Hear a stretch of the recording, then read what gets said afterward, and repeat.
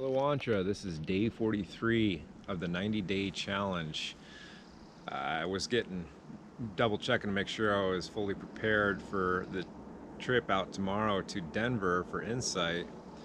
This afternoon when I got home from work, I decided to shave and cut my own hair. I actually learned how to cut my hair years ago, just out of the basis of financial necessity. I didn't have the funds to go to the hairdresser, stylist, barber, whatever you want to call them.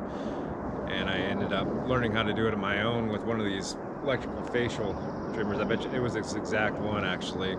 And so I just went for it, figured it out a little bit up to a point where it wasn't long after that where I ended up going down to the Bayonet Black Horse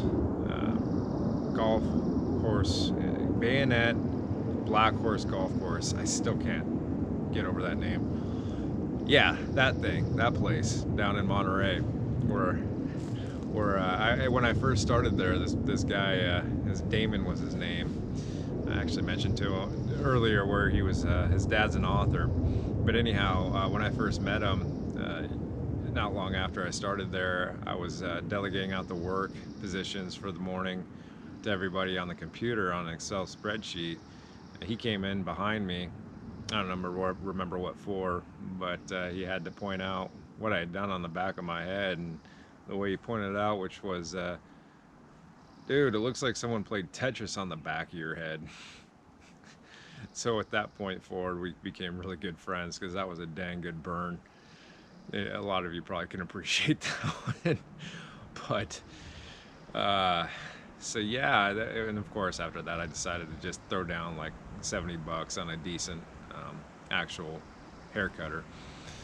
But the other story I was going to bring up is round 2 of the Edgewood Golf Course, where they got the Pro-Am celebrity match. Well, like I mentioned yesterday, my buddy Alan, he had gotten lost at one point, and so I eventually found him. But in that process, I guess he was on his phone looking around, walking across the fairway on his phone, when eventually he heard this yelling from the crowd, and so he stopped and just kind of looked down and realized that there was a golf ball right there. Well, it just happened to be that golf ball was Michael Jordan's. So he nearly had a little bit of a red blushing moment in the face. He probably did, knowing him. He was just his personality, but I had to give him a hard time for it.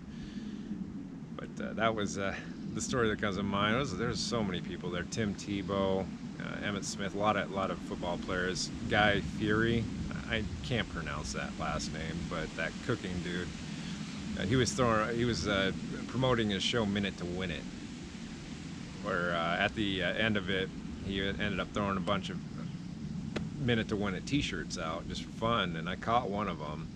Foolishly gave it to the other roommate at the time that was living with Alan and I, but that's all right. It's a good story. So anyways, we shall see you on day 44, and that's about it. Thanks, you guys.